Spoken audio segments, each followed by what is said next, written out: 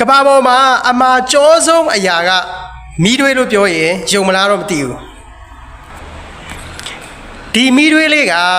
အယောင်နဲ့တဖိတ်ဖိတ်နဲ့တောက်ပါတယ်တန်ဖိုးလေးအရန်ကြီးတယ်အပြည့်မစည်းပေါ်ပေါ်နဲ့ရနေတယ်ကျွန်တော်တို့မီးတွေကိုပြောတာမဟုတ်ပါဘူးစိန်ကိုပြောတာဖြစ်ပါတယ်ဘာလို့ကျွန်တော်တို့ကစိန်ကိုမီးတွေခဲနဲ့နိုင်ရတာလဲဆိုရင်စိန်ရဲ့ဖွဲ့စည်းပုံရဲ့မီးတွေခဲရဲ့ဖွဲ့စည်းပုံရဲ့ဖွဲ့စည်းပုံအကုန်လုံးဟာဒါ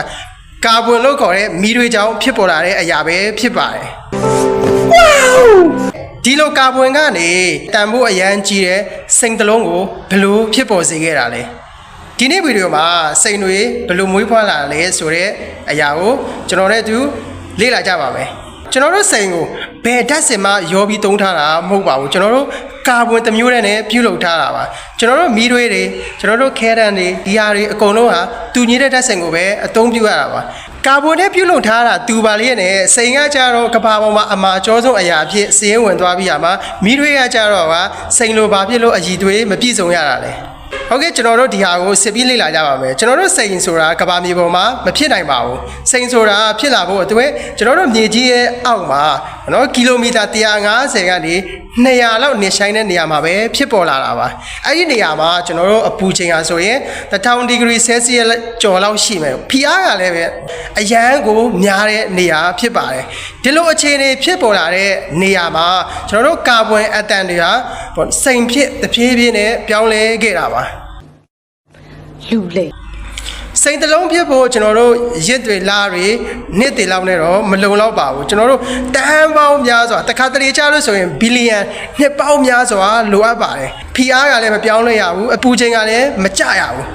အဲ့လိုတည်ငြိမ်တဲ့အနေအထားတစ်ခုနှစ်ပေါင်းတန်းပေါင်းများစွာဘီလီယံနဲ့ချီပြီးဒီကာဗွန်အက်တမ်ကိုဖိအားပေးလိုက်တဲ့အခါမှာကျွန်တော်တို့ဒီလိုစင်စစ်မပြတ်ထိမ့်လိုက်တဲ့အခါမှာစိန်ဟာပုံမှန်အတိုင်းပဲကြီးထွားနိုင်ပါတယ်ဒါဆိုကျွန်တော်တို့စိန်တွေကကဘာပေါ်ဘယ်လိုရောက်လာတာလဲဒီလောက်နေတဲ့နေရာမှာဖြစ်ပေါ်နေတဲ့စိန်တွေကကျွန်တော်တို့လူသားတွေဘယ်လိုတွေးခဲ့ကြတာလဲရွှေတွေဘယ်လိုလုပ်တယ်လဲဆိုတော့အကြောင်းအရာမှာပြောခဲ့လို့ပဲမိတောင်လှူရှားမှုပဲဖြစ်ပါတယ်ကျွန်တော်တို့စိန်တွေကမိတောင်လှူရှားမှုတွေနဲ့အတူပါလာပါတယ်ကျွန်တော်တို့ယနေ့ခေတ်မှာဆိုရင်တော့လူတွေဟာပေါ့နော်ကျွန်တော်စိန်ကိုစိတ်ယုံတွေဖန်တီးပြရမှာစိန်ကိုဖန်တီးလာနိုင်ပါပြီသူတို့ကဘယ်လိုလုပ်မလဲဆိုရင်ကျွန်တော်အပူနဲ့ဖိအားကိုကျွန်တော်တို့တဘွားနဲ့ဆင်တူအောင်ဖန်တီးတယ်ကာဗွန်ကိုစိန်အဖြစ်ပြောင်းလဲလိုက်တယ်ဒါပေမဲ့ကွဲခြားတာတစ်ခုရှိပါတယ်ကျွန်တော်တို့စိန်အစစ်တရမယ်ဆိုရင်ကျွန်တော်တို့ဘီလီယံနှစ်ပေါင်းတန်းပေါင်းများစွာလိုပါတယ်ကျွန်တော်တို့လူလုပ်တဲ့စိန်ကကြတော့လာအနှဲငယ်ပဲကြာပါတယ် Nice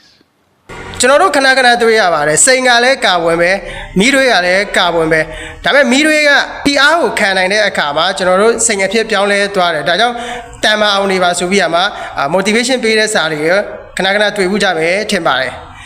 ဒါကြောင့်ဒီကနေ့ကစာပြီးလူကြီးမင်းတို့စစ်ပြီးခံနေစစ်ခံလိုက်ကြပါလို့အကြံပြုပြောကြရင်းနဲ့ဒီမှာပဲရန်နာလိုက်ပါတယ်ဟုတ်ကဲ့ကျွန်တော်ရဲ့ channel လေးမှာ